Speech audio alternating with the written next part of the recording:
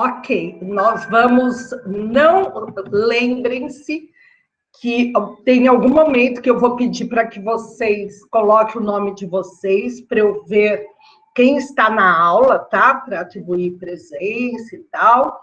E também, se for de outra turma, de informática, ou da turma meio ambiente A, ou agro, coloque também, só põe na frente, informática, agro, se tiver alguém de outra turma, tá? Mas sem problemas. Deixa eu só abrir meu texto aqui. Quando quiserem falar, podem levantar a mãozinha, mas pode abrir o microfone também para falar, porque eu vou pôr a apresentação, eu não vou conseguir visualizar. E aí, professora, quais são os planos da aula de hoje? Ô, Matheus, os planos são, nós vamos tratar os 3 textos. Eu estava falando, Matheus, sei que é bom que você converse comigo um pouco, que eu não estou entendendo porque as pessoas não querem se unir todas numa sala, porque eu vou dar aula até o segundo horário e vou também na aula sábado, e eu sinto uma certa resistência, e eu não entendo por quê. E que gostaria de entender, porque como é virtual, para mim, quanto mais gente, melhor, porque eu falo melhor, porque eu tenho interação, eu me sinto mais estimulada, né? Mas as pessoas falam, não quero, eu não entendo. Ah, mas a gente passa um tempão parado, sem ter aulas síncronas, e acho que deixou a gente mais tímido, mais calado, retraído. Eu entendo um pouco. Eu me esforço para tentar comunicar com os professores, porque é bem sem graça para eles. É verdade. Triste realidade. É verdade. Vai ser agora, já estou gravando. Que horas ela falou? Vai ser agora, já estou gravando. Essa aula vai até que horas, Natália? Assim, para a primeira turma, até 3h15, 15h30, né? 15h20, mais ou menos, porque vocês têm aula depois, né? Mas pode continuar, porque eu vou retomar depois alguns conceitos, mas vou aprofundar mais. Porque eu quero que, já que é tão vazio esse sistema de interação, que eu quero que, pelo menos, cada encontro nosso fique alguma coisa, que faça sentido. Vocês levem alguma coisa. E para que a gente consiga isso, tem que aprofundar um pouquinho nos conceitos, né? Deixa eu só dar uma olhada aqui que eu vou. Pode ir falando, que eu só vou achar meu material aqui, para que a gente possa começar a conversar. Aqui. Aqui. Aqui.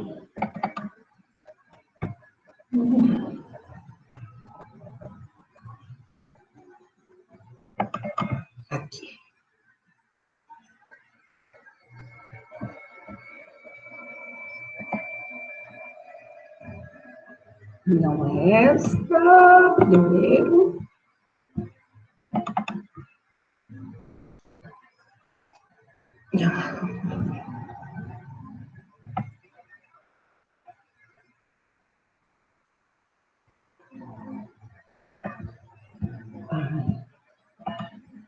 Ok, só colocar aqui. Então tá, quando alguém quiser falar qualquer coisa, perguntar qualquer coisa, entre aí no meio. Eu vou fazer algumas perguntas. Jordana, bem-vinda, Juliana. Se eu não falei Iago, se eu não falei alguém, me perdoe.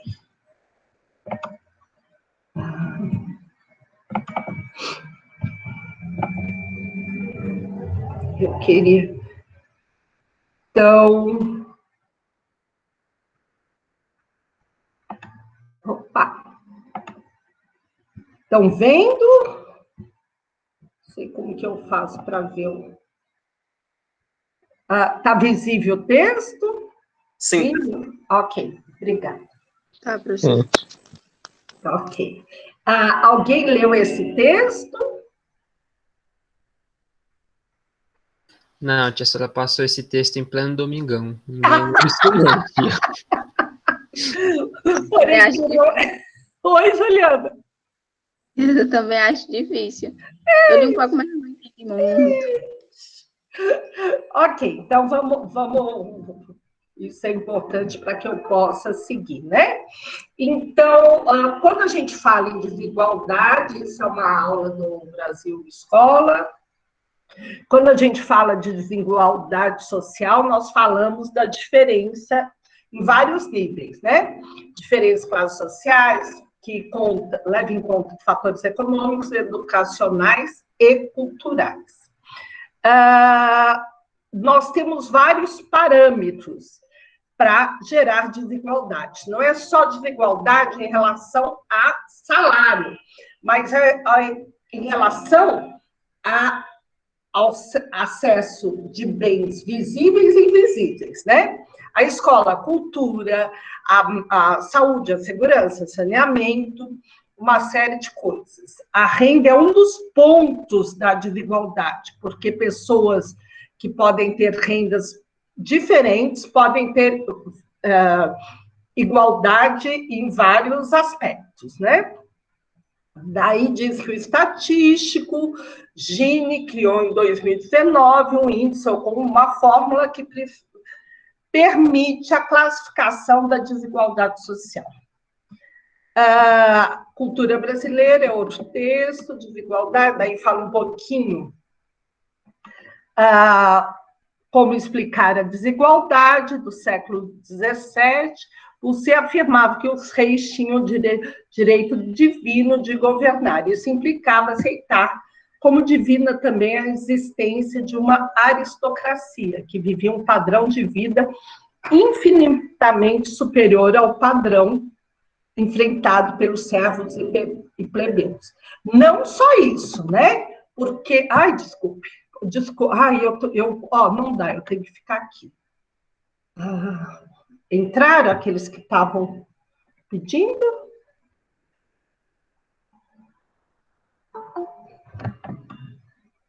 Vocês estão me ouvindo? Parece que eu estou sem som. Senhora. Ok. Então, joia.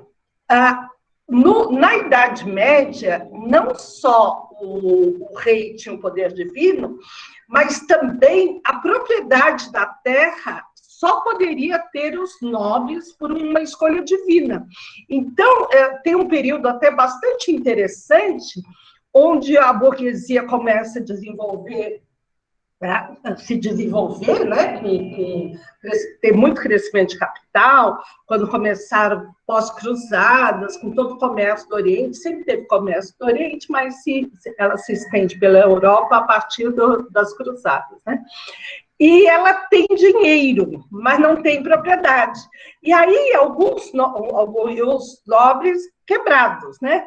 Porque eles tinham aquela estrutura feudal e não os servos saindo, a produção de comida muito limitada, porque teve períodos de grande fome na Idade Média. Daí, o que aconteceu? Alguns burgueses se atreveram a comprar terras, mas como era instituído que só nobre podia ter terra, sabe aquela coisa? Comprava, mas não levava, porque o próprio poder político devolvia a terra aos nobres. Então, essa estrutura de desigualdade, grande parte da história do homem é dada por uma explicação mística, né? Por uma explicação do poder divino, ok? Deixa eu ver que estão... Isso que não gosta de boi safado. Safado. Enfim, daí vamos continuar um pouquinho, né? Sobre isso. O Spencer foi um dos fundadores do darwinismo social, que defende uma ideologia que explicava a desigualdade por um grau de desenvolvimento civilizatório, né? Que é Durkheim, vocês já devem ter visto isso em alguma medida em Durkheim. Lembram disso ou não? Deixa eu voltar lá aqui. Alguém lembra disso? Eu não lembro, não, professora. Juliana, é assim, ó, o que é esse darwinismo evolutivo, que eles passam o conceito de evolução de Darwin para as sociedades humanas. Eles colocam, no caso de Durkheim, a França, especificamente Paris, como o centro da civilidade, né? Ali é o ser mais civilizado, mais top do mundo. E o índio mais primitivo, segundo eles, lá no outro eixo.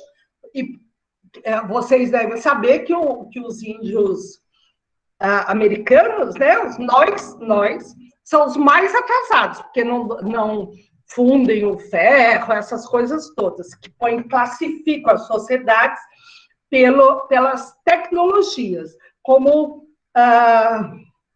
um dos maiores pilares do desenvolvimento humano fosse o desenvolvimento científico, tecnológico e tal. Hoje se questiona muito isso, né? Mas nós vimos isso no Papalag, não foi isso? Deu para perceber ou não? Sim. Sim, quando você estava falando sobre os índios, eu lembrei. Então, isso mesmo, né? Então, imagine lá o Tuiacu, lá, como chama? Tuiavu, falando como ele é primitivo frente ao homem branco, né? Imagine, não existe isso. O Tuiavi, professor. Oi? É o Tuiavi. Tuiavi, Imagine se ele é primitivo, né? A gente parece um primitivo perto dele. Fala, Matheus. Eu queria saber uma opinião da senhora sobre uma coisa interessante. A gente sabe um pouco sobre a divisão da história, tem pré-história, tem antiguidade, tem idade média, alta idade média, baixa, idade moderna, enfim. A partir dessa divisão histórica, sempre colocou mais como pontos importantes na história da Europa. A senhora concorda com essa divisão, colocando a Europa como o centro da história? Excelente pergunta, Matheus, porque não é uma questão de concordar ou não. A história é escrita pelos vitoriosos. E a Europa, isso desde a Europa, antes mesmo de ter essa configuração, já na Grécia se tem um movimento expansionista, é um dos motivos que a filosofia, que dizem que a filosofia iniciou na Grécia. Então, ali tinha uma cultura de expansão e dominação, que é uma forma de ser. Só para estabelecer um paralelo, Matheus, a China teve um momento expansionista anterior aos gregos.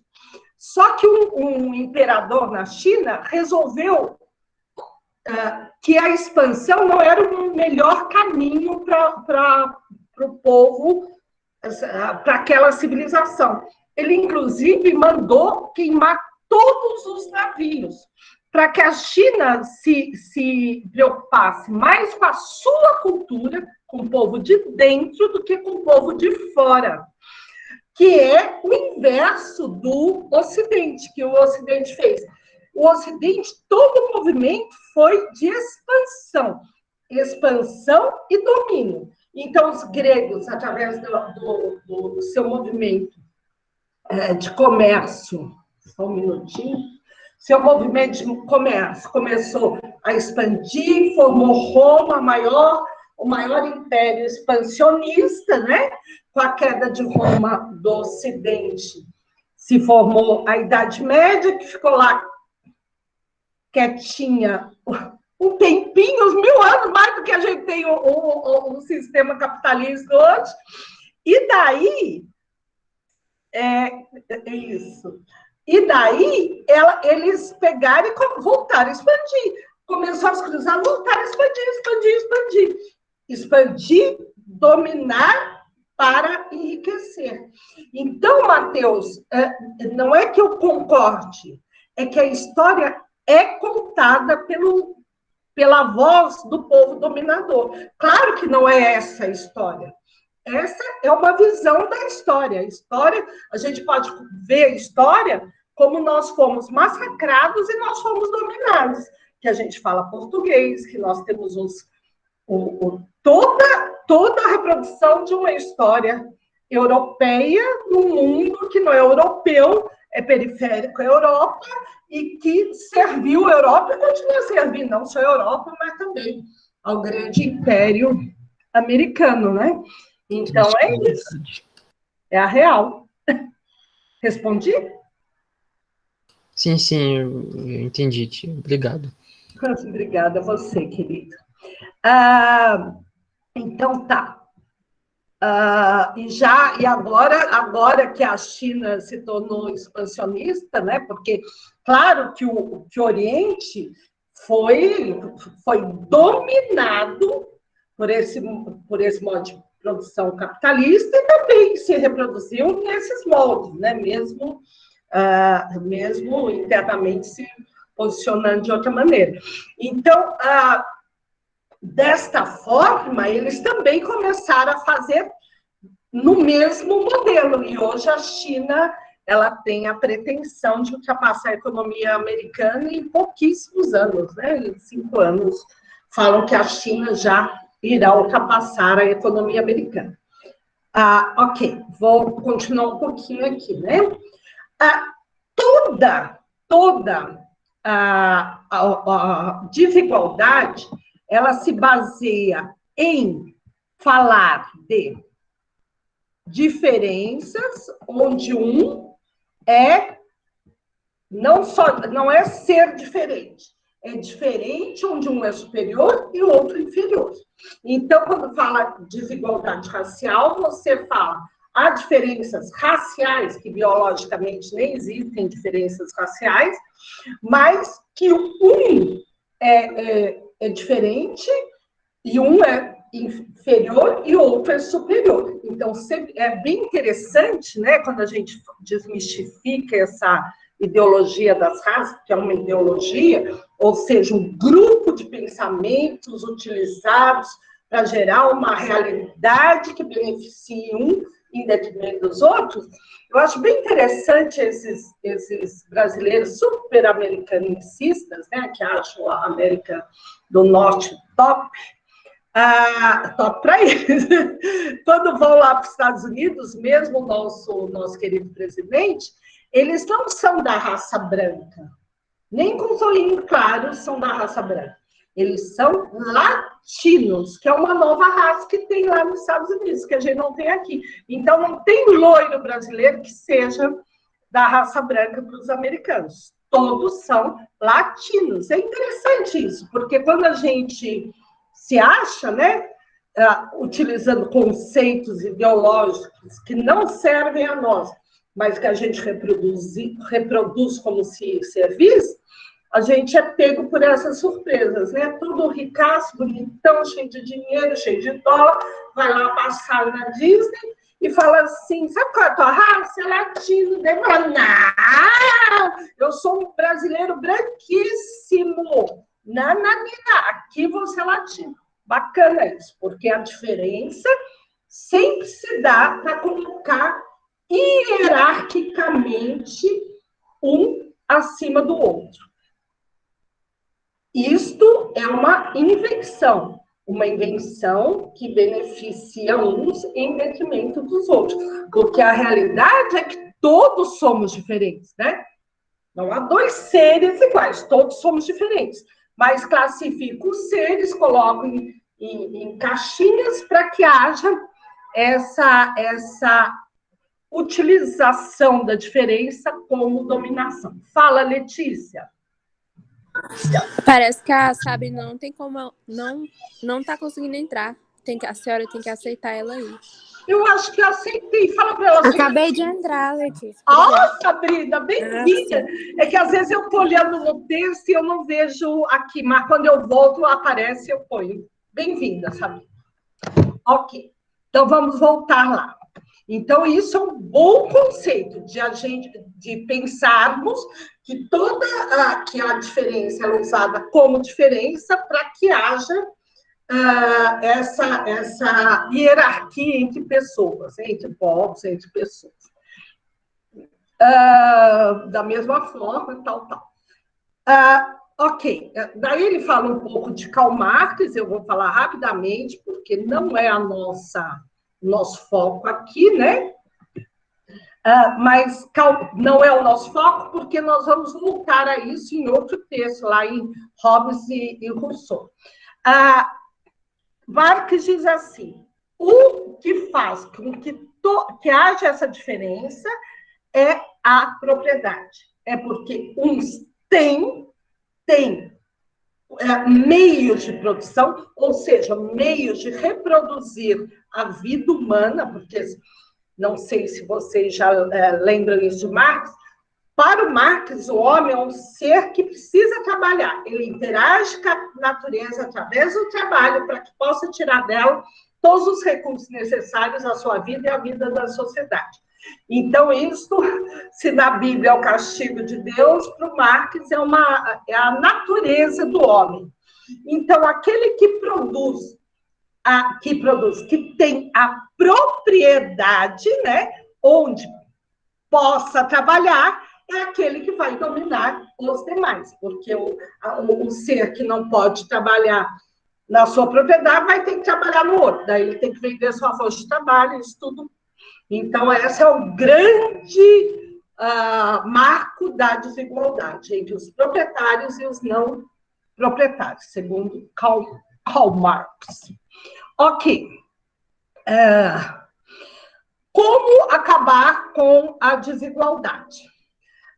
Aqui é um ponto bem interessante, né? Porque, claro que algumas vertentes falam que só acabaria com a desigualdade através de você acabar com o capitalismo, que o capitalismo ele não só se beneficia da desigualdade, como ele aprofunda essa desigualdade, né? Algumas vertentes defendem a social-democracia, ou seja, um meio entre o capitalismo e o socialismo, que é contra o liberalismo, porque o liberalismo é o grande foco da desigualdade, né? O que se tem nesse social democrata? Isso é bem interessante, falar um pouquinho disso. Já vou abrir para alguém que está pedindo aqui. Já vou permitir. Bem-vinda. O que são os países sociais democráticos? Nós temos que pensar que nós tivemos após a Segunda Guerra, até final da década de 80, o país dividido numa Guerra Fria, né? E vocês estudaram bastante. Estudaram, né? Sim? Gente, quando quiserem falar... ok. O chat eu não consigo ler, eu tenho que parar para mim. Verdade. O que aconteceu? Nessa Guerra Fria, ou seja, que o mundo foi dividido entre os países sob influência da União Soviética e a influência dos Estados Unidos,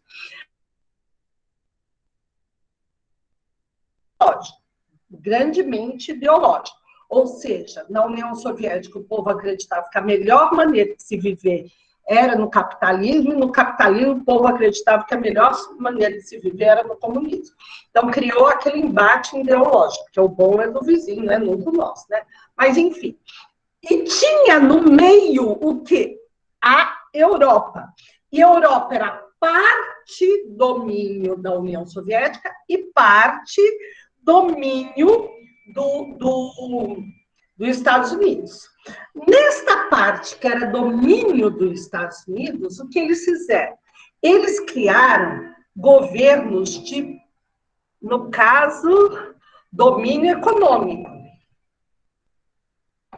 Domínio econômico. Então, nesta parte que era domínio dos Estados Unidos, na Europa, eles criaram uma política muito forte de bem-estar social. Porque o que ocorria? Quando você tem uma economia pura de mercado, você tem que buscar o mercado para ter acesso à saúde, é o que a gente tem hoje. Graças a Deus que não terminaram com o SUS, porque já pensou a gente tomar vacina buscando no mercado? Quanto custaria a vacina? Onde estariam as vacinas? Imagine a lógica louca. Então, você não tem um Estado e tudo é fornecido pelo mercado. Só que quando você não tem uma posição interessante no mercado, ou seja, poder aquisitivo para entrar no mercado, você se dana, né? Quando você entra só com a tua força de trabalho no mercado, você tá dado a um fracasso total, né? Porque o que você vai fazer?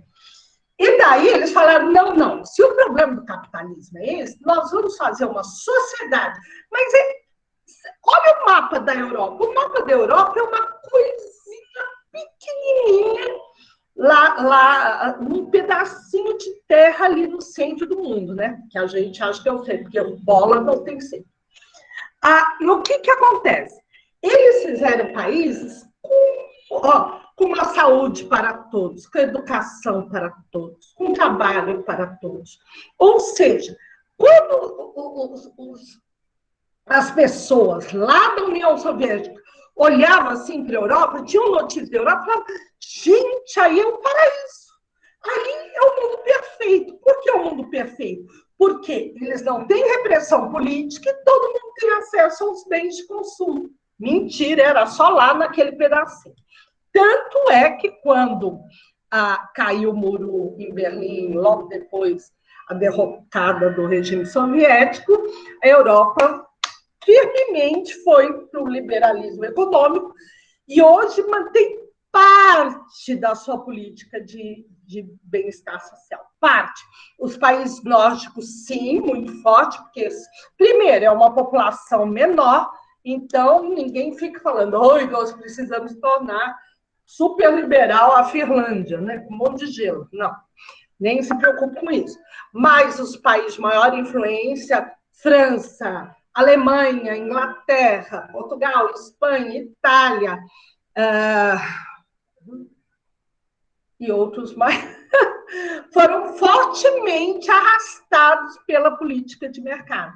Então, isso eles mantêm alguns setores que ainda o governo é muito forte, e porque há uma disputa de poder para que se faça essa melhoria, né? Mas é só lá, gente, não é no resto do mundo, não. Alguma dúvida até então? Sim, não? Totalmente bem explicado, professora. Oi? Foi bem explicado sobre esse assunto. Ok, joia. Então, vamos lá, vamos continuar. Então, existe essa política de bem-estar social viável só nesse país que interessavam, porque hoje, no modo do capitalismo, não interessa mais esse país. Isso daqui é uma foto real, né? Que é a favela de Paraisópolis, teve até aquela novela. Aqui é o Morumbi. Morumbi era até pouco tempo atrás, o bairro mais rico aqui de São Paulo. Hoje já não, os Jardins, outros bairros superaram, assim, porque a criminalidade no Morumbi é muito alta, então foram deixando os ricos, foram deixando o Morumbi para morar em outros lugares, inclusive Alphaville, essas coisas. Este daqui é o primeiro prédio em São Paulo, eu acho que no Brasil, que tinha piscina em cada apartamento. Um apartamento por andar. Dá para ver aí? Sim, dá para ver as piscinas. Isso é porque São Paulo é frio, hein? Imagina se fosse em Tocantins. Uma piscina por andar. Olha o luxo disso. E aqui se gerou uma das maiores favelas, eu acho que é a maior, não sei se é essa ou Heliópolis, mas estão ali. Isso é a maior cena da desigualdade social. Tanto que você passa, essa rua, tem uma rua aqui, ó, na frente, tem a Giovanni Gronchi, e aqui tem esta rua que vai dar acesso à favela, né?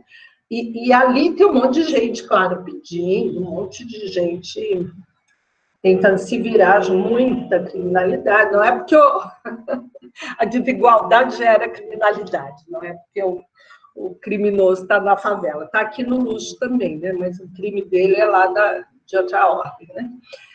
Mas há essa tensão muito forte social, ok? Mas é bem interessante. Aqui fala alguns dados, tal. Hoje, aqui tem todos os dados necessários. Deixa eu interromper aqui. Hoje, falo que o Brasil é o segundo de maior desigualdade do mundo, né? Perde apenas para a África do Sul, que tem uma história bem complicada também, né? Então, o Brasil é uma vergonha em termos de desigualdade social. E a desigualdade sempre está vinculada a essa coisa de usar uma diferença como ideologia para alguns se beneficiarem em detrimento dos outros, ok? Daí, eu queria mostrar um pouco, eu acho que vocês já estudaram bastante desigualdade, não? Sim ou não, em algum momento? Foi mais tema de redação mesmo. Ok. Mas a desigualdade é bem visível no nosso país, né? Até ver, imagine. Sim, sempre foi tema de debate mesmo na sala de aula. É, bem visível. Sempre na aula. Oi? João? Tava feliz, era quando eu cheguei, tava falando de Guerra Fria, fiquei empolgado. Ok. Então, mas esse tema da desigualdade, ele vem desde lá da filosofia, né? Até antes deve ter vindo, mas eu não sei o quanto os egípcios debatiam o poder dos faraós ou não, mas na filosofia é o marco que Aristóteles já se debruça sobre essa questão, querendo muito entender qual é a desigualdade justa, né? Porque se a desigualdade gera injustiça, deve ter um nível de desigualdade justa. Retomando, somos todos diferentes. Então, a desigualdade é fato. O que é criação social é que as diferenças sejam usadas para dominação, ok?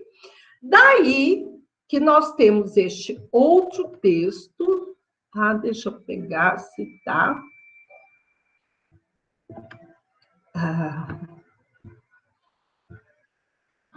Só um segundo.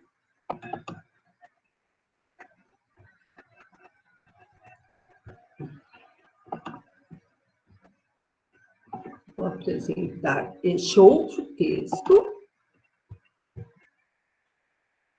que não está aqui. Aqui.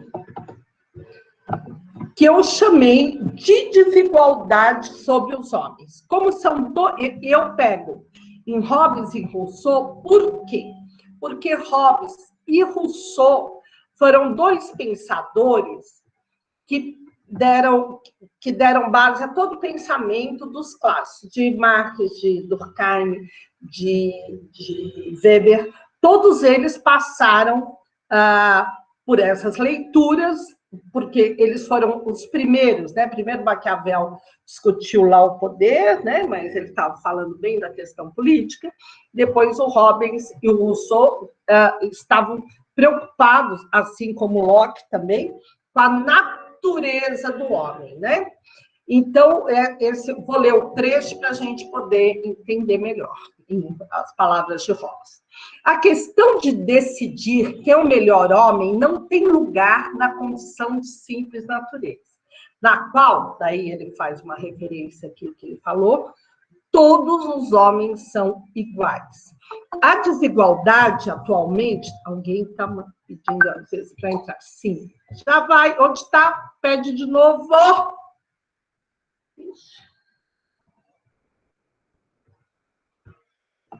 É que some.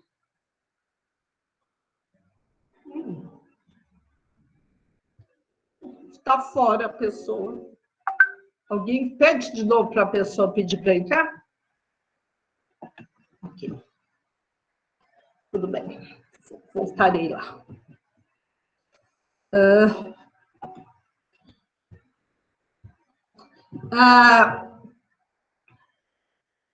Então, que para Hobbes os homens são iguais lá no estado de natureza, né? A desigualdade atualmente existente foi introduzida por leis civis. Bem sei que Aristóteles, em Poética, como fundamento de sua doutrina, afirma que, por natureza, alguns homens têm mais capacidade para mandar, querendo com isso referir-se aos sábios, entre os quais ele se incluía devido à filosofia. E outros têm a capacidade para servir, referindo isso que tinham os corpos fortes, mas não eram filósofos como ele. Como se o senhor e os servos não tivessem sido criados pelo consentimento dos homens, mas pela diferença de inteligência, o que não é só contrário à razão, mas também contrário à experiência. Pois poucos há tão insensatos que não prefiram governar-se a si mesmos a ser governados por outros. E os que, em sua própria opinião, são sábios, quando lutam pela força com os que desconfiam de sua própria sabedoria, nem sempre, ou poucas vezes, ou quase nunca, alcançam a vitória. Portanto, se a natureza fez todos os homens iguais, essa igualdade deve ser reconhecida. E se a natureza fez os homens desiguais, como os homens, dado que se consideram iguais, só em termos igualitários aceito entrar em condições de paz. Essa igualdade deve ser admitida. Por conseguinte, como nona lei da natureza, proponho esta, que cada homem reconheça os outros como seus iguais por natureza. A falta a este preceito chama-se orgulho. Olha que legal. O Hobbes é aquele... Deixa eu parar um pouquinho para voltar aqui com vocês. Estão me ouvindo? Estamos. Então, o Hobbes é aquele que diz assim, os homens são maus pela natureza. E o Rousseau é aquele que fala, não, eles são bonzinhos. Eles têm essa discussão. Mas aqui, ambos concordam que os homens são iguais perante a natureza. Rousseau trabalha mais sobre isso, que nós vamos ver depois, porque alguns preceitos, aí o Hobbes está falando, por exemplo, da sabedoria, porque Aristóteles defendia que os sábios deviam governar, que os mercadores deviam cuidar das coisas do negócio e os fortes deviam guerrear e trabalhar, né? Tem no livro Poética dele, mas tem aquele que ele fala dessa estrutura. Alguém lembra?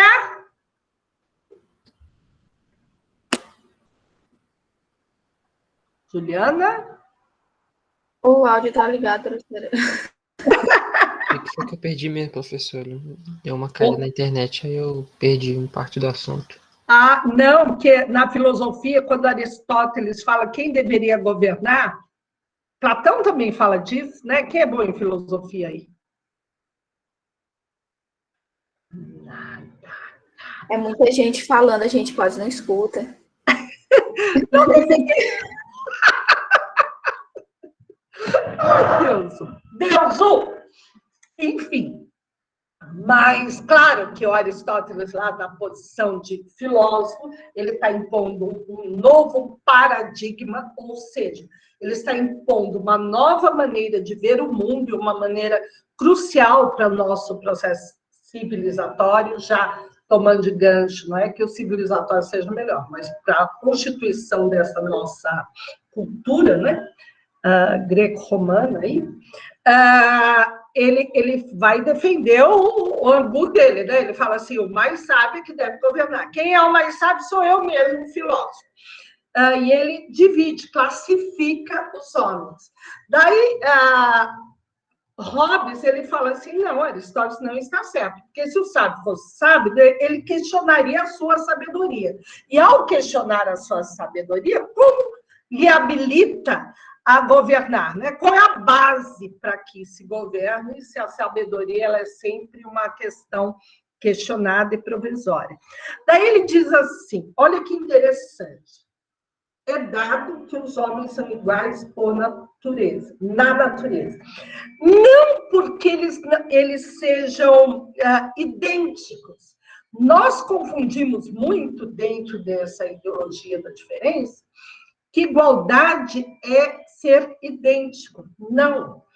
Daí, por quê? Porque tem uns mais hábeis que os outros, uns mais fortes que os outros, uns mais sensíveis que os outros, uns mais criativos, outros mais práticos. Não são diferenças humanas? Dentro de uma família a gente não faz isso? Quem tem muito irmão aqui? Eu tenho. Quantos, Ju? Comigo é 4, mas era para ter mais. Olha. Caramba! Era para ter 8, gente. Nossa, Juliana. Coitada da mãe. Ficou sem pai. Mas, enfim. Os pais trabalharam bem, né? Muito bem. Se fosse pago, já era rico. Juliana, e vocês são idênticos? Não, engraçado que não. Não, né? A gente é bem diferente. E vocês, por serem diferentes, porque tem uns que podem cuidar da casa e outros que não levanta nem só chutando a cara. Sempre tem. E por serem diferentes, um é melhor que o outro? Não. A mãe fala, não, eu gosto mais da Juliana porque essa é mais interessada. É assim? Não. A mãe diz que ama todos do mesmo jeito. Óbvio, porque tem peculiaridades. E peculiaridades, isso. Claro, o que são peculiaridades? São maneiras que cada um desenvolve de um jeito, pelo complexo físico, mental, emocional, espiritual, e cria habilidades específicas para viver melhor no mundo. Óbvio. Isso não quer dizer que um seja melhor que o outro. E nós precisamos de todas as peculiaridades, né? Lá mesmo no Papalag, que ele fala que todo mundo faz as coisas juntos, aquele que é mais jeitoso para fazer o telhado é necessário como aquele que é mais jeitoso para a pesca, aquele que não faz nada e só pensa, que ele media todas as relações entre o humano e o metafísico através das suas reflexões, ou seja, todo jeito de ser é bem-vindo para a sociedade.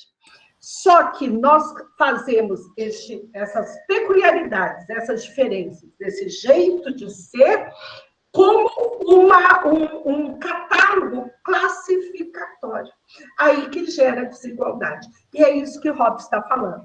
Nós somos diferentes, porém não somos desiguais perante a natureza. E vocês vão ver que Rousseau fala até da força que, para ele, para a gente também, o homem primitivo seria uma vantagem bastante grande, mas ele desconstrói essa vantagem. E o que nós deveríamos buscar, então? A igualdade frente à lei na nossa sociedade. Então, é aquilo que a gente tem na nossa Constituição, mas é balela. Todos somos iguais perante a lei. Somos? Sim. Somos, Matheus? Sim. Você acha que um rico que atropela... Não, na verdade, assim, a elite diz que nós somos iguais perante a lei, só que, na verdade, existe a desigualdade. Se fosse para ter uma briga judiciária, obviamente a elite vai querer favorecer a elite. Desculpa. Não vai estar nem aí para o rebaixamento. Eu estava pensando nisso hoje de manhã. Estava lavando os vasos e estava pensando assim, é verdade. A lei diz que todos nós temos os mesmos direitos. Só que nem o Matheus falou aí, numa causa judicial, Com certeza, uma pessoa que é branca ou que é rica vai ter, né, uma chance maior do que o outro que é pobre, que é preto. Condição de trabalho também. As favelas têm os maiores índices de pessoas pretas para conseguir um trabalho hoje em dia. Pode ser que uma pessoa preta tenha mais potencial do que uma branca, só que a branca continua sendo, né, a que é mais procurada. Então, eu acho que nesse negócio de desigualdade também entra um pouco esse negócio do racismo. Querendo ou não, entra. Claro. Ó, Juliana, pegou a ideia. A desigualdade é quando você pega uma diferença que todos nós temos para hierarquizar, para colocar um como melhor do que o outro, dada a diferença. Sabe aquela história? Em terra de cego, quem tem o olho é rei. Então, dado uma diferença, você pega um e isso pode ser a cor da pele, pode ser o gênero. A mulher é igual ao homem no Brasil? Sim, eu estava falando sobre o gênero também. Por exemplo, a mulher trabalha, faz a mesma coisa que o homem e mesmo assim recebe menos do que ele. Não, e mulher não faz a mesma coisa que o homem. Só no mundo da ilusão. Mulher distraída já tem umas 10 funções a mais que o homem. Ai, ai. Na nossa sociedade, até de conquistar o homem. Que é um além de apanhar, ela tem que conquistar o seu patrão. Professora, Oi! Fala, você João. por acaso já viu o documentário sobre o paradigma da igualdade? Não vi. Tá aonde? Não me recordo agora, acho que é na Netflix, mas eu cheguei a ver vários não, uns 3 vídeos a respeito disso, que eram resumos, né? Pessoas que viram e estavam falando a respeito. Uhum. Outro dia, uma pessoa, que eu não digo o nome, colocou aqueles TikTok horrorosos, falando assim, mulher, você não quer ser igual? Quer aposentar com a idade do homem? Você quer, como que é? Então aposenta com a mesma idade, você não aposenta mais cedo? Não quer ganhar igual homem? Então por que não faz isso? Gente, eu falei, começa então. Levanta, arruma a cama, lava a louça, faz comida, arruma prole, dá o peito. Ou seja, é só uma ideologia, onde a diferença de gênero é usada para dominação. É isso mesmo. Eu vou assistir esse documentário, João. Põe aí no chat para a gente lembrar o nome. Pode ser? Vou ver se eu acho aqui o nome certinho. Ok, põe aí a referência. Então, a desigualdade só existe porque nós usamos diferenças, porque somos todos diferentes, para que haja vantagem para uns em detrimento dos outros. Ser diferente não tem problema nenhum. O problema é usar as diferenças para classificar os seres humanos na sociedade. É igual, imagina, vocês têm cachorrinho, gatinho, não são diferentes? Até a gente passa as nossas desigualdades até para os bichinhos, né? É de raça ou é vira-lata? Ai, gato preto, não é assim? Então, a gente ultrapassa, mas os bichinhos são tão fofos iguais de qualquer jeito, mesmo com as suas diferenças. Enfim, então é isso que o Rob está falando. Se não é possível... Juliana, eu ia emendar aquilo. Professora? Oi? Achei que foi o link, vou botar aqui no... Legal, ótimo. Tem no YouTube aí. Obrigado, querido. Muito obrigada.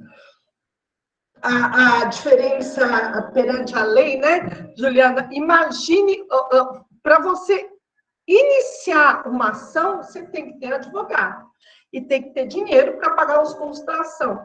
Então, o pobre só tem direito a acordo quando o rico oferece, né? Daí ele foi despedido lá de duas uma. Bem justo, bem justo. Foi escravizado. Bem justo. Daí Ou um advogado espertalhão gruda dele para ganhar parte da ação, ou seja, ele só tem o direito de serviço porque ele pagou um outro espertalhão para ganhar parte da ação dele.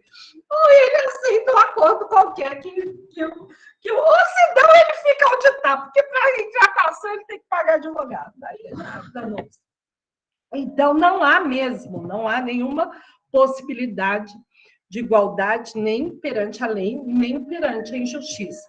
Porque até mesmo na abordagem, claro, o suspeito é sempre um negro, pobre, tudo, né? Sempre. Imagine. Aí em Tocantins, nem sei como que é. Deixa eu pensar. Mas aqui em São Paulo, que há muita abordagem para motoqueiro que leva pizza, essas coisas, né? Esses te entrega. Nossa, os meninos que são negros, eles já estão acostumados com sacolejo. Já sabem que sair de ser negro é ter sacolejo. Então, vê se o loirinho lá de olhinho azul leva sacolejo. Abre a perna! Verdade. Um absurdo, né? Absurdo. Mas, enfim. Ok, vamos lá, voltar um pouquinho para o texto. Daí, o que o Rousseau está dizendo? Concebo da espécie humana duas espécies de desigualdade. Uma que chama natural ou física, porque é estabelecida pela natureza, e que consiste na diferença de idade, saúde, de forças no corpo e nas qualidades do espírito ou da alma. A outra que se pode chamar de desigualdade moral ou política, porque depende de uma espécie de convenção e que é estabelecida ou, pelo menos, autorizada pelo consentimento dos homens.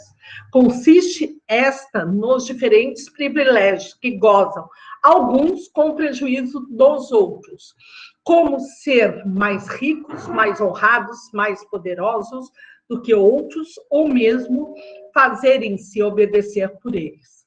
Não se pode perguntar qual é a fonte da desigualdade natural, porque a resposta se encontraria enunciada na simples definição da palavra, ou seja, desigual porque é desigual.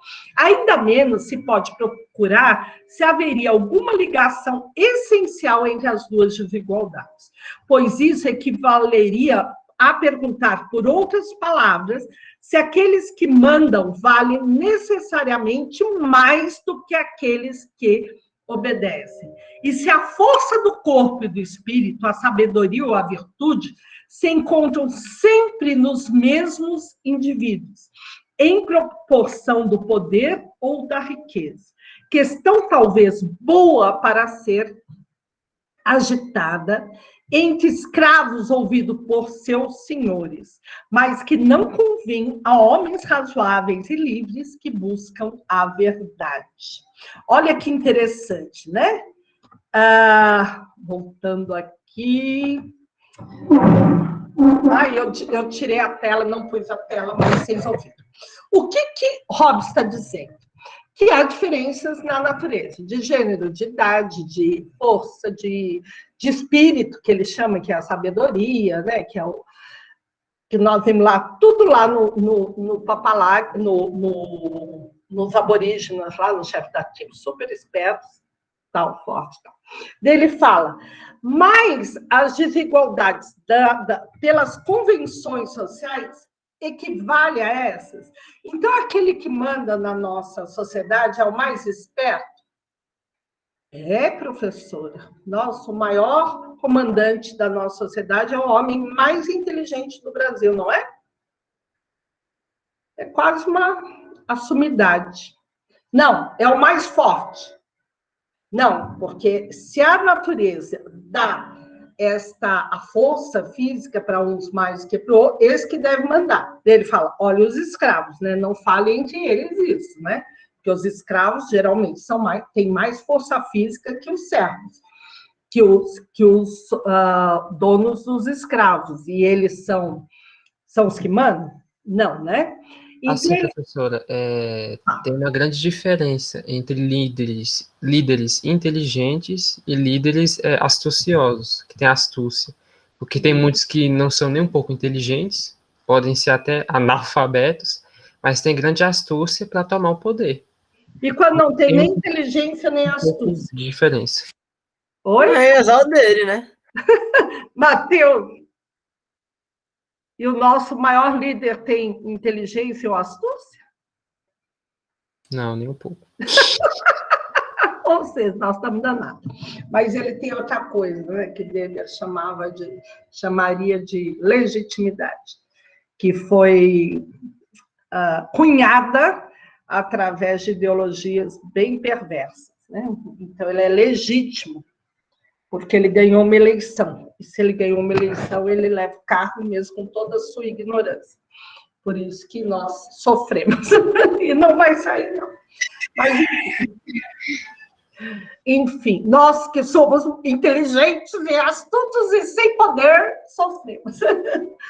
Mas o que Hobbes está dizendo? Que nós não podemos usar as diferenças naturais para justificar as diferenças sociais, onde criamos esse poço de desigualdade. Quando Hobbes fala da força, Rousseau, eu estava falando de Hobbes, agora eu estou falando de Rousseau.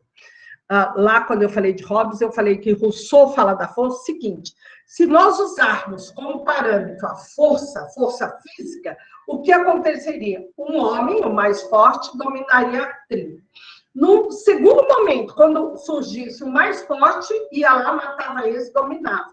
Imagine a inconstância desse poder, a inconstância dessa sociedade. Então, a força não se justifica. Mesmo porque aquele que é forte hoje vai ser fraco amanhã, aquele que é jovem hoje vai ser velho amanhã, né? Então, isso não justifica de maneira alguma o parâmetro de desigualdade, tá? Deixa eu só colocar o texto aqui, antes que eu esqueça. Compartilhar.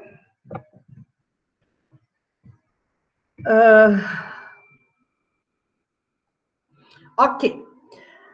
A extrema desigualdade na maneira de viver, o excesso de ociosidade de alguns, excesso de trabalho de outros, a facilidade de irritar e satisfazer os apetites, a nossa sensualidade, os alimentos muito requintados dos ricos que nutrem com sucos excitantes e os aflige com indigestão, a má nutrição dos pobres que chega muitas vezes a faltar-lhes, obrigando-os a sobrecarregar avidamente o estômago quando podem, as vigílias, os excessos de toda espécie, os transportes imoderados de todas as paixões, as fadigas e o esgotamento do espírito, os pesares e as penas sem números que se experimentam em todos os estados e que perpetua, arruinam as almas. Eis os funestos fiadores do que a maior parte dos nossos males são nossa própria obra e de que poderíamos evitá-los, quase todos conservando a maneira de viver simples, uniforme e solitária, que nos foi prescrita pela natureza. Porque, segundo o axioma do sábio Locke, não pode haver injúria onde não há propriedade. Enfim, a ambição devoradora, o ardor de fazer fortuna, menos por verdadeira necessidade do que para se colocar acima dos outros, inspira a todos os homens uma negra tendência a se prejudicarem mutuamente. Uma inveja secreta, tanto mais perigosa quando, para dar o golpe com mais segurança, toma muitas vezes a máscara da benevolência. Em uma palavra, concorrência, rivalidade de uma parte ou outra, oposição de interesse, e sempre o desejo oculto de tirar proveito à custa de outro. Todos esses males constituem o primeiro efeito da propriedade, o cortejo inseparável da desigualdade nascente. Depois eu volto aqui, deixa eu só É um saco ler, mas sem ler não dá para vocês, nem para eu lembrar todas as coisas, como também não dá para vocês entenderem o pensamento do autor na fala do autor. O que ele está dizendo, né? Como é revoltante a desigualdade. Como a desigualdade, ela gera ódio, ela gera o sentimento de injustiça dada pela desigualdade, não pela diferença, pela desigualdade, ela é muito revoltante. Aí ele fala muito da fome fala do desperdício dos ricos e da fome dos pobres. Eu acho que hoje é fome barra não fome sem nutrientes, né? Porque hoje o mercado de comida ele se alastrou bastante, mas junto com ele o problema da obesidade, né? E não me excluo, estou gorda.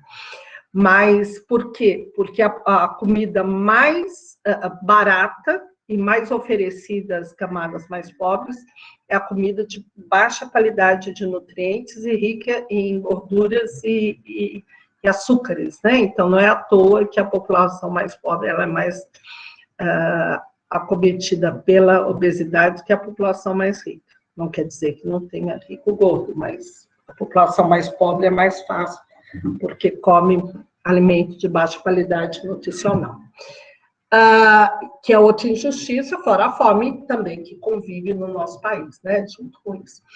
Então, isso é muito injusto. E tanto Hobbes, como Locke, como Rousseau, tem qual é o cerne desta desigualdade? A propriedade. E quando eu falo de propriedade, é propriedade mesmo, é terra, é chão para a produção. Por quê? Porque se eu não tenho chão para produzir, eu dependo de algum chão que produza. E eu tenho que vender a minha força de trabalho para esse chão que produza. Olha a injustiça. Nossa, a gente vive num país, um dos mais desiguais do mundo e o maior país em termos de terra concentrada, maior em terra fértil e terra em mãos de muito poucos, né? Eu sei que o Brasil hoje tem, por volta com esse governo, era 47% de terras que pertenciam ao Estado, né? Hoje deve ter bem menos, porque houve uma entrega de terras muito grande. Só que os outros 45%, 48%, está na mão de menos de 1% da população. Então, você tem 95% da terra, metade do Estado e metade menos de 1% da população. E os outros 5% tem lá a casinha que a gente tem, Nossa Casa Nossa Vida, tem o nosso pedaço de chãozinho. Então, a concentração de terra, ela anda junto com a desigualdade no nosso país. Não é... Professora, se juntasse todo o patrimônio histórico e o patrimônio atual da modernidade, a população só tem acesso a 2% de toda a riqueza do Brasil, para a senhora ver. Isso é a população. Já pensou? Só 2%. E menos de 1%, não chega a 1% dos maiores latifúndios. Daí, o que me coça, hostiga, assim, ó, é que esses são os mesmos que falam que os outros 99% da população são comunistas e vão lá e querem dividir a casa de 2 quartos, um quarto para cada um. Ou seja, nós perdemos uma guerra pela propriedade e, mais fortemente, uma guerra ideológica, onde se pauta essa desigualdade, né? O pior é a guerra ideológica, porque a gente sente a própria anta do mundo, né? A própria ser de se cair, não levanta, porque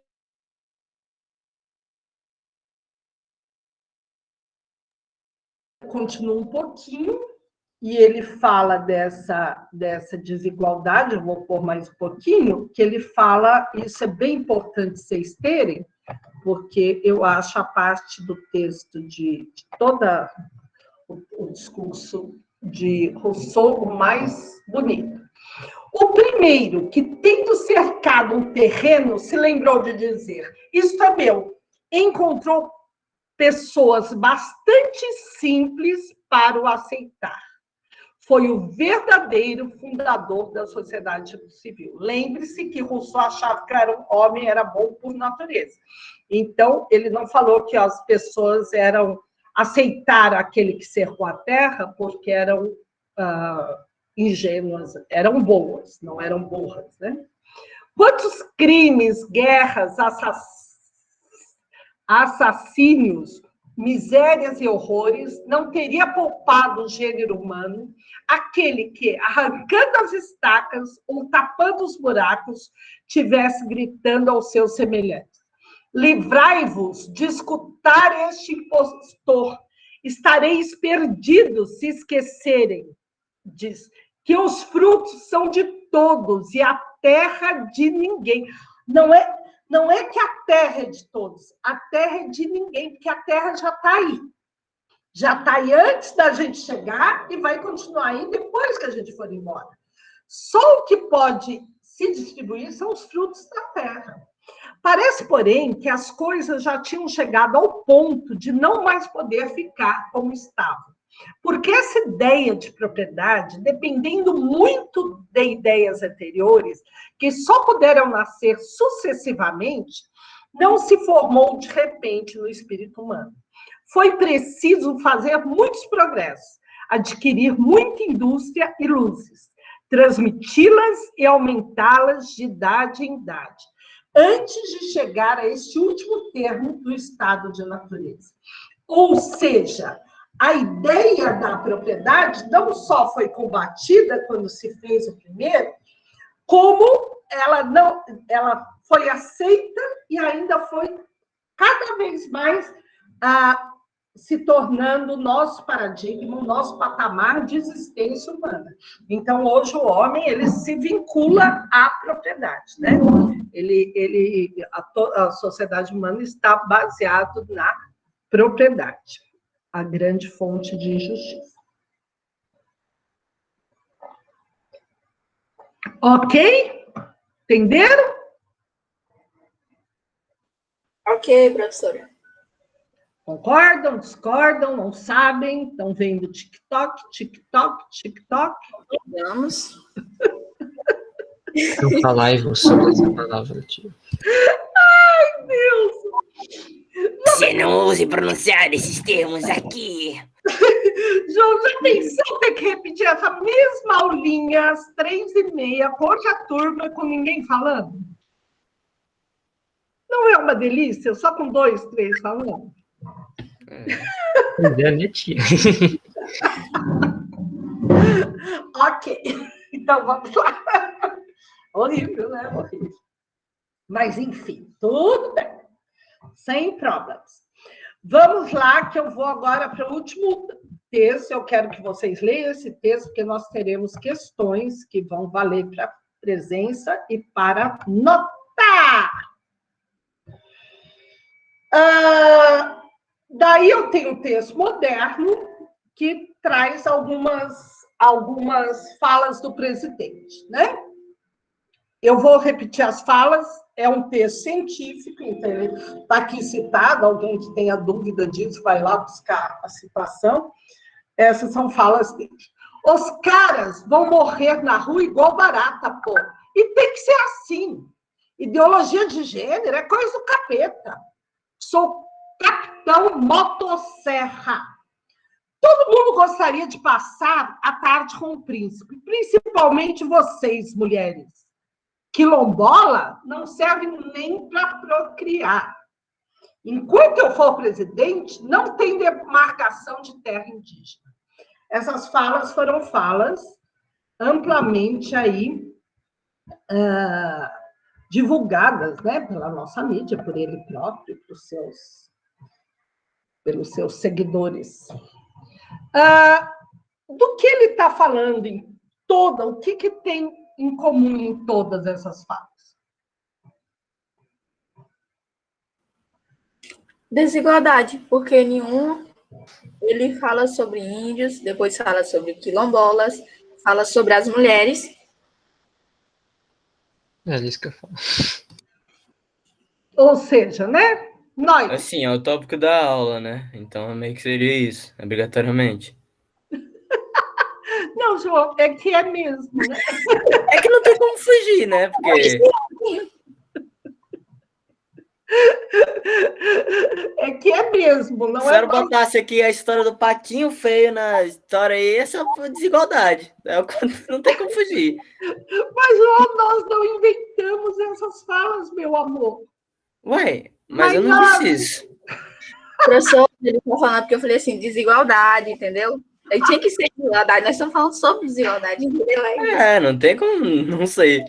Mas, enfim, fora esta coisa de João, que fomos oportunistas em colocar o nosso capitão, pior que antes a gente, pelo menos, falava general, né? Agora é baixa patente. O nosso capitão em evidência, nós estamos sendo dentro de um padrão de poder que preza pela desigualdade, pautado na desigualdade. E isso não é uma coisa, somos desiguais, mas queremos procurar justiça para todos. Não.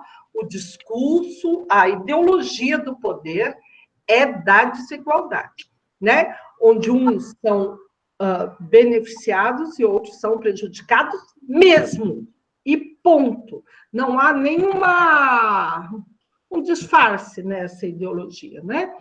E quando a gente não concorda, porque você queria ser quem eu sou, entendeu? Que é o discurso da desigualdade mesmo. Mas é a lógica básica.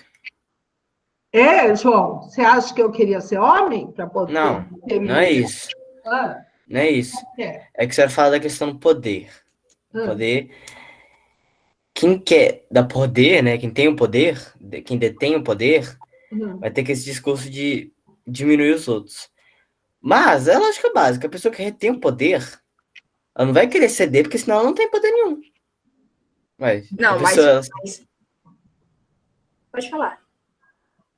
Ué, é lógico, se a pessoa ela cede poder, ela não tem poder.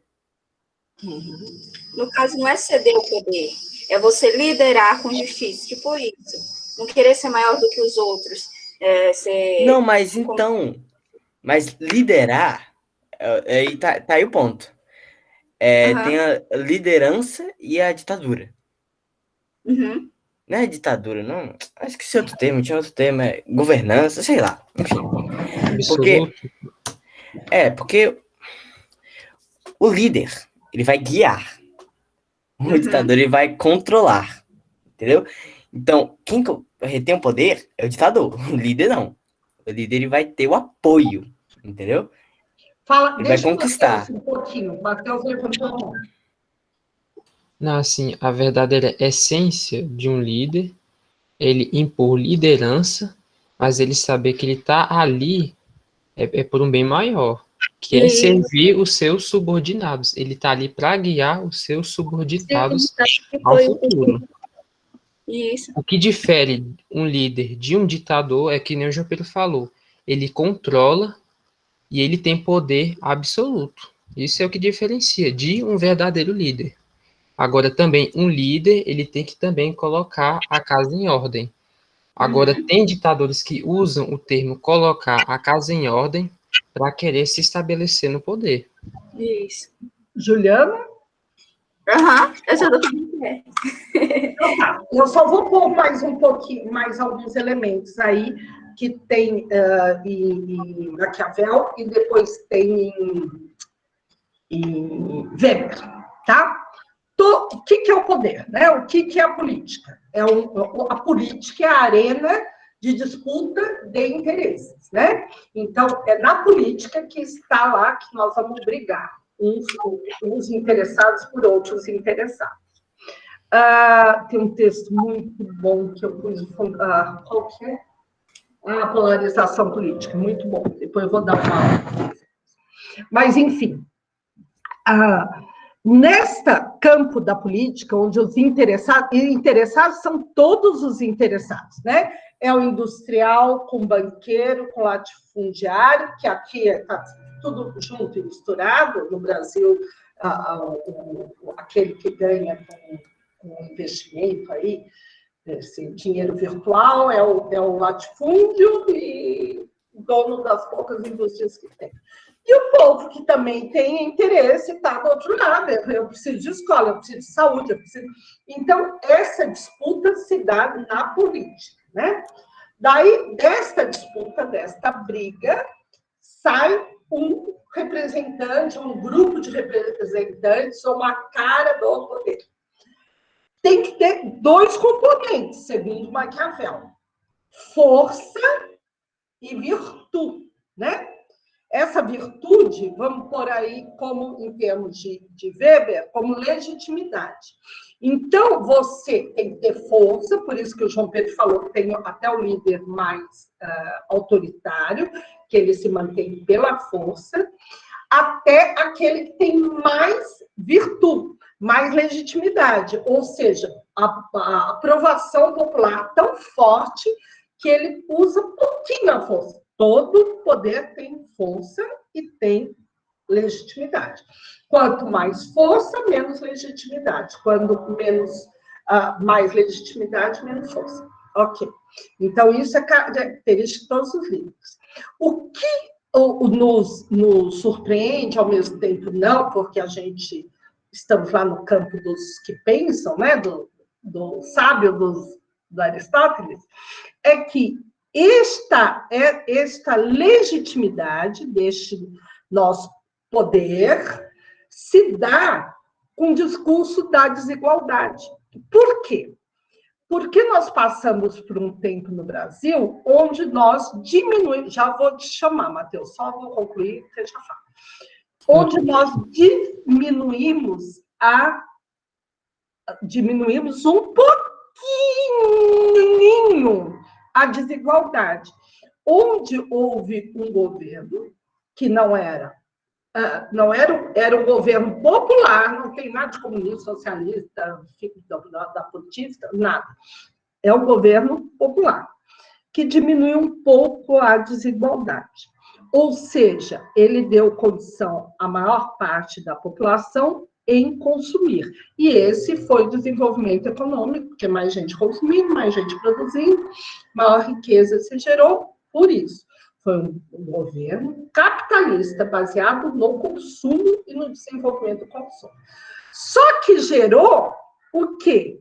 Gerou uma sensação de um pouco mais de igualdade. Num país tão desigual como o nosso, isso foi um murro.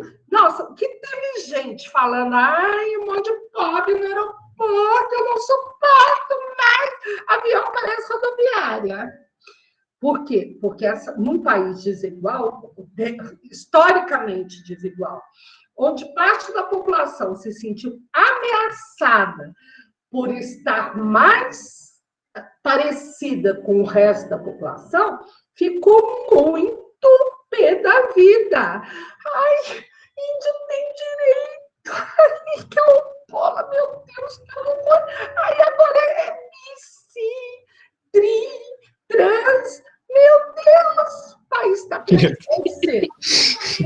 Ele pautado, a sua referência pautada na desigualdade, quando ele viu um pouquinho de igualdade, nada perto da Finlândia, ele se sentiu ameaçado. E ele põe no poder um Estado que está pautado a desigualdade. Ou seja, fala assim, aqui não tem igual, não. Aqui, mulher é mulher, índio é índio, negro é negro, nós é nós. Entendeu? Então, foi isso. Também com o componente da força e o componente da legitimidade. As duas coisas estão presentes nisso. Fala, Matheus. Não, eu ia citar um ponto curioso, quando a senhora estava falando sobre o poder e a democracia. Hoje de manhã eu estava olhando sobre os países que sofreram a influência da União Soviética, do socialismo. A China, o nome oficial da China, República Popular da China. da Venezuela é República Boliviana, eu esqueci o nome. Bolivariana. Da Venezuela. A maioria desses países que se dizem socialistas tem um nome República, Federação, Popular, mas incrível como a gente olha a estrutura política e todos esses países, a população nem sequer tem acesso à democracia, ao poder. Lá na China, quem realmente não existe democracia, lá é só apenas um único partido. Se uma pessoa quiser expressar uma opinião contra o partido, vai ser censurado. É engraçado isso. Nesses dias fui procurar sobre blogueiros chineses no YouTube para saber como é uma vida lá na China. A maioria exaltando o Partido Comunista, com medo de citar um ponto negativo e ser censurada também. E se pegássemos o governo do Brasil, na aula passada eu tinha dito que o governo político brasileiro é bem melhor do que os governos latino-americanos, que se tornaram republicanos com o passar do tempo. Mas o que o Ricardo tinha dito contra a minha colocação estava certo. Demorou muito tempo para o nosso governo se estabelecer como um governo de verdade. E relacionando sobre a desigualdade, os políticos eles usam o termo desigualdade para favorecer uma classe, para querer dizer que são o pai de alguém que quer salvar alguém, que quer salvar um povo, quer salvar uma classe, mas na verdade a desigualdade nunca saiu do Brasil. Vamos lá, vamos pontuar algumas coisas, Matheus. Primeiro que a democracia é um conceito em construção que não tem como que eu digo para você? Assim, que nós não temos um arcabouço para dizer isso é democrático, né?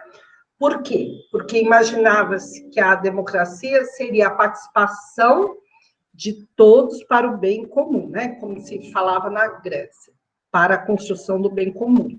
Daí nós vimos que há uma certa manipulação, que a expressão, a participação de todos se dá por um único ato, que é no voto, e quando obrigatório, porque senão nem assim se dá, né?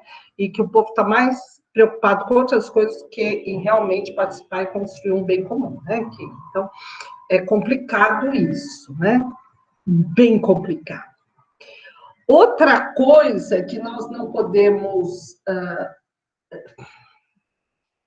A China vai ser a primeira potência econômica no mundo, né? Em 5 anos. E hoje há bilhardários na China, né?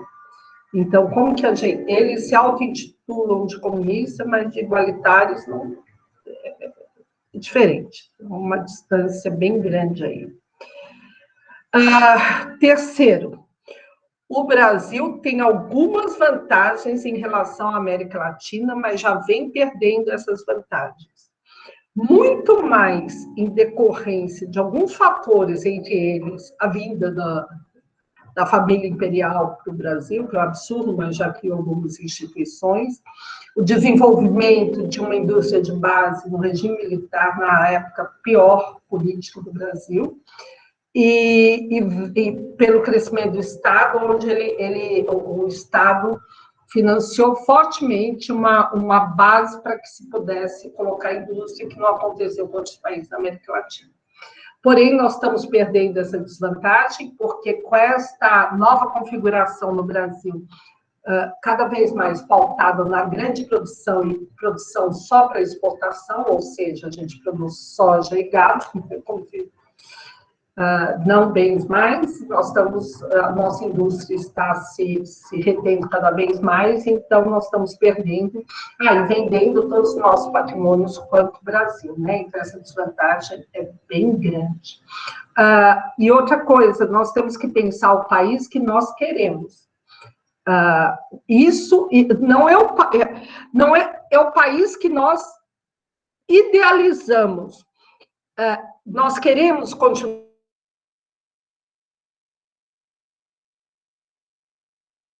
Só é possível duas respostas, sim e não. Não porque eu acho que é injusto, né? Sim, porque mesmo sendo injusto, eu quero fazer parte dessa minoria que é menos de 1%. Quando você fala que não, que é injusto, você pode lutar contra a desigualdade de formas democráticas, ideologias saudáveis, que as diferenças sejam respeitadas e não sejam cunhadas para gerar grandes injustiças, né? Agora, quando você fala que sim, você está iludido, porque não vai nenhum de nós, pelo menos para as próximas 5 gerações, vai fazer parte desse menos de 1% privilegiado no país. Então, a gente está sendo iludido para aceitar uma legitimidade que não é nossa, que a gente compra como comprou a vida toda a novela, né? É outra coisa. Então, tome cuidado com isso. Eu acho que nos resta pensar que país nós queremos. Entendeu, Matheus? Sim, concordo com tudo que a senhora disse. E é super complicado a gente apontar a Venezuela. China a gente nem pode apontar, porque quem não queria aqui conscientemente morar na China? Alguém não gostaria?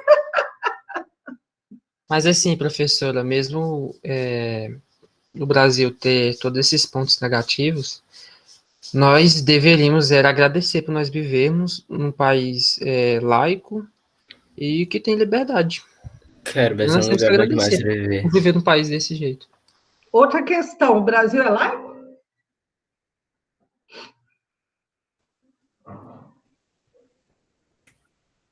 Começa. É? Ninguém mais aí, só nós, 3, 4. Tem alguém aí? Vou fazer chamada daqui a pouquinho. Se esse povo não se ligar, vai ter falta.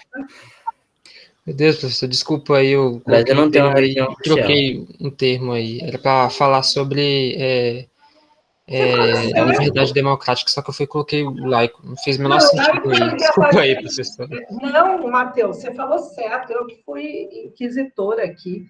Você falou certo. Laico é a liberdade religiosa. Eu estou perguntando se nós temos liberdade religiosa.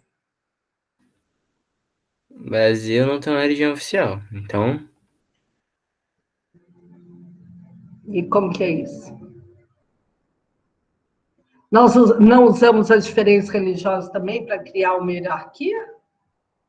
Ou não?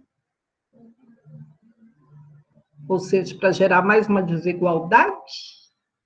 Ou quem vai no terreiro de Umbanda aqui? Ou se vai, fala? Já fui. Legal. Na verdade, eu não fui, eles estavam do meu lado, coincidentemente. Eles seguiram. E tudo bem, ué. Mas é coincidência também que as religiões demonizadas sejam de origem africana? É pura coincidência?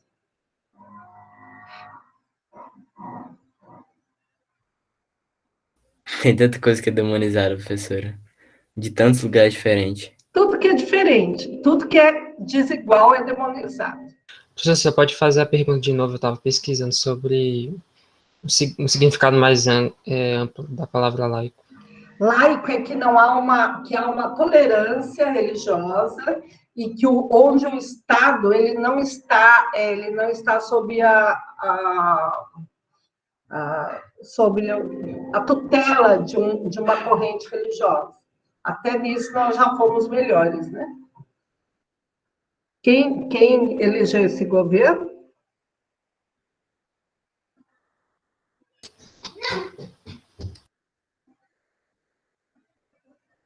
Povo. Pior que é. Enfim, mas não é isso, não. Eu admito, eu fiquei bugado. É que houve uma grande extensão da bancada evangélica junto desse governo. E mesmo ele não sendo tão injusto, eu não sei por que houve essa identidade, né, desse discurso de ódio com a bancada evangélica, porque eu sou de formação evangélica, família evangélica, já fui em muita igreja, deixei de ir depois dessa teologia da prosperidade, eu não vejo nenhuma identidade do discurso de ódio com a bancada evangélica. Mas eles acharam que sim, né? Eles acharam que Deus agora mandou a gente odiar todo mundo. Enfim. Eu acho que o que nós temos que ter é crítica, né? Bastante crítica. Daí eu coloquei estas questões para vocês e eu vou...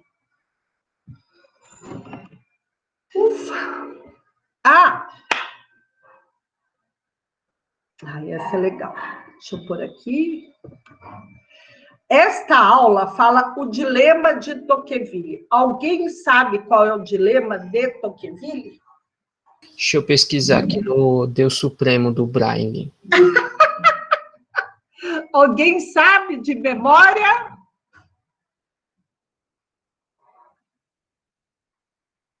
Dilema de Tocqueville? Esses dias, né, minha memória anda falhando.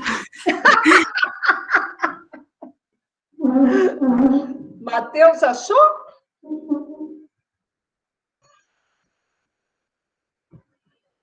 Vou colocar aqui para a gente, para explicar um pouquinho, para a gente estender aqui. O dilema de Tocqueville é o seguinte.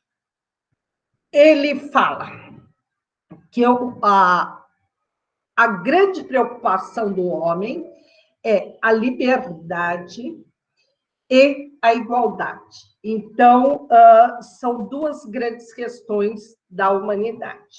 Vamos pensar que Tocqueville é um nobre que entra engajado no processo de Revolução Francesa, ele não é dos nobres lá que rejeitaram, foram perseguidos pela Revolução Francesa, ele é de origem nobre, porém ele apoiou a Revolução, e ele está com os olhos, o Tocqueville é aquele pensador que escreveu sobre os três poderes, né, para ver um equilíbrio dos poderes. E ele está com os olhos nos Estados Unidos, que está num processo grande de ascensão política, econômica, no final já do século XVIII, que é a época, ele está no século XIX, já no século XIX, né? Então, ele fala assim, qual é o maior paradigma dos Estados Unidos? É a liberdade. Qual é o maior paradigma da Revolução Francesa? A igualdade.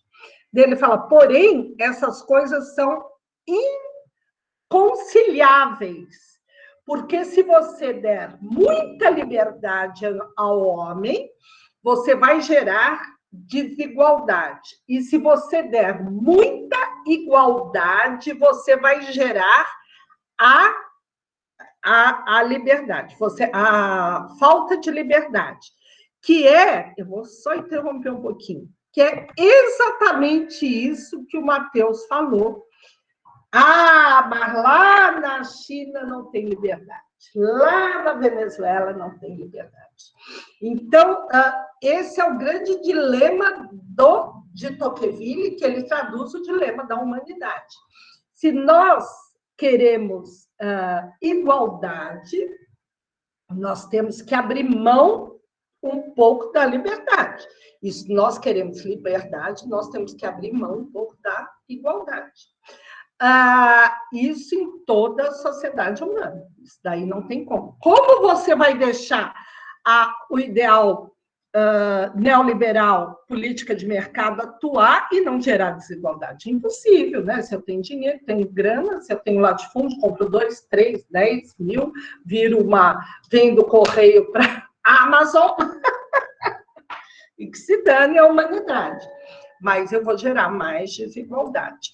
Se eu quero preservar um pouco pela igualdade, eu vou gerar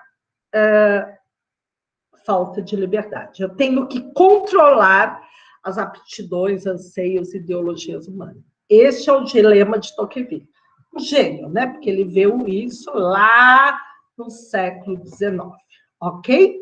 Daí eu coloquei essas questões para vocês aí. As desigualdades entre homens são naturais ou sociais? A superação da desigualdade depende do esforço de cada um? Para você, quais são seus iguais e seus desiguais? O que é justo na desigualdade material? Você pode ter igualdade material, política e social e ser diferente do outro? Explique. Então, são questões que vocês podem responder uma por uma, vou fazer uma pequena ideia sobre isso, que eu estou colocando. A gente pode ser diferente um entre outros, porém, ter algum tipo de igualdade material? Será que é tão ruim assim, cada um ser diferente, ter a mesma educação, a mesma casa, andar de avião todo mundo, de trem, ou de carro, de sei lá o quê? Ou tem que ter diferença material para a gente ser diferente? Você acha que quem quer consegue superar a desigualdade? Uma questão bem profunda: quem são os meus iguais? Eu sou igual ao bacanão lá, ou eu sou igual ao meu vizinho, ao meu primo, ao meu tio, né? Aos meus irmãos lá da igreja? Porque às vezes eu acho que eu sou igual ao, sei lá quem, o mais babaca de todos. E na verdade não, né? Por que essas questões? Para que a gente possa pensar em o que nós queremos para esse país nos próximos anos, né? Nós queremos estar pautados nesse pilar da desigualdade, porque o Brasil é pautado na desigualdade, né? Eu sou melhor que o outro, eu sei mais, eu sou mais, tenho mais, essas coisas todas. Gente, eu gostaria que vocês colocassem o nome de vocês no chat.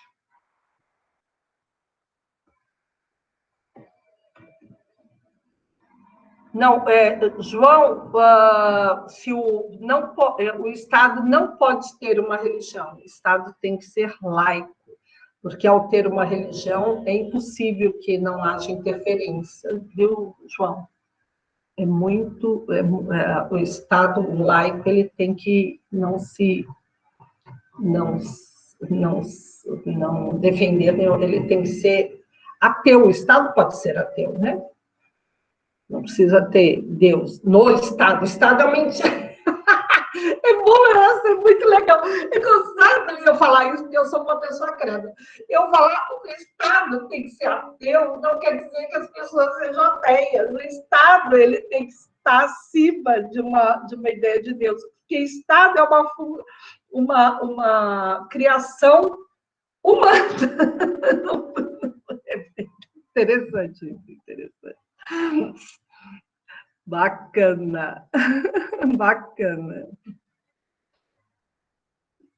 Isadora, bem-vinda. Você é do aço, bacana, Isadora. Agroindústria. Então, tem Gedá Agro. Alicia, bem-vinda. Eu vou colocar essa aula gravada e as outras lá na live. Coisa feia, tia, a senhora só dá bem-vinda para ela agora, uai. Agora que eu vejo, eu só vejo quem fala comigo, quem pede para entrar. O meu não sei. Eu não sei o de vocês, mas o meu só fica aqui. Tem que pôr no curso. No curso é no AVA, não é, Maria? Me ajuda. Caroline, me ajuda, Caroline. Pode falar aqui. No curso é no AVA, né? Alguém sabe isso? Oi, Carlos. No AVA. Eu preenchi no chat, professor. No chat. Onde é o chat? Onde é o chat, Juliana? Eu acho que ela está querendo dizer que tem que ir para a chamada por curso no chat. Agroindústria de informática. Entendi. Espera, vou permitir. O Marcos Vinícius está chegando agora, eu não consigo abrir essa coisa. Seja bem-vindo. Oi! Quem é do segundo B pode sair, porque a gente vai entrar numa aula. Pode sair. Já colocou o nome? Aham. Coloque o nome e saia. Eu vou descansar um pouquinho, porque eu preciso chegar. Tchau. Vai ter aula. Não, Giovana, vai ter no sábado. No sábado. Porque eu não posso dar na quinta, que é feriado. Eu não posso nem gravar, nem nada na quinta. Tem que ser no sábado mesmo. Por isso. Eu acho que pode ser de manhã, tem que ser também à noite, à tarde. Por mim, eu não faço nada a não ser trabalhar, né? Então vai ter aulas síncronas no sábado. No sábado. Nossa, maldade mesmo. Eu falei para o povo vir para cá, disse que não. Sábado a gente dá mais aula. Ai, tá bom, então. Obrigada, Matheus. Eu estou falando para o sábado seria... um monte de livro aqui. De meio ambiente A e agro 2. Mas estou com vontade de pôr umas questões. Respondam as questões. Respondam. Eu vou pôr no grupinho lá. Todo mundo já falou? Já assinou aí? Vou parar a gravação, tá? Acho que já. Então tá. Parar a gravação, porque eu vou voltar daqui 15 minutos.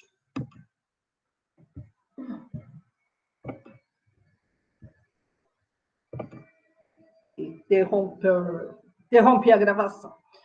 Quem quiser ficar, fique, tá? Eu só vou sair um pouquinho para eu levantar, senão eu estouro minhas coisas. Beijo. Vou ali comer o pão de queijo. Isso!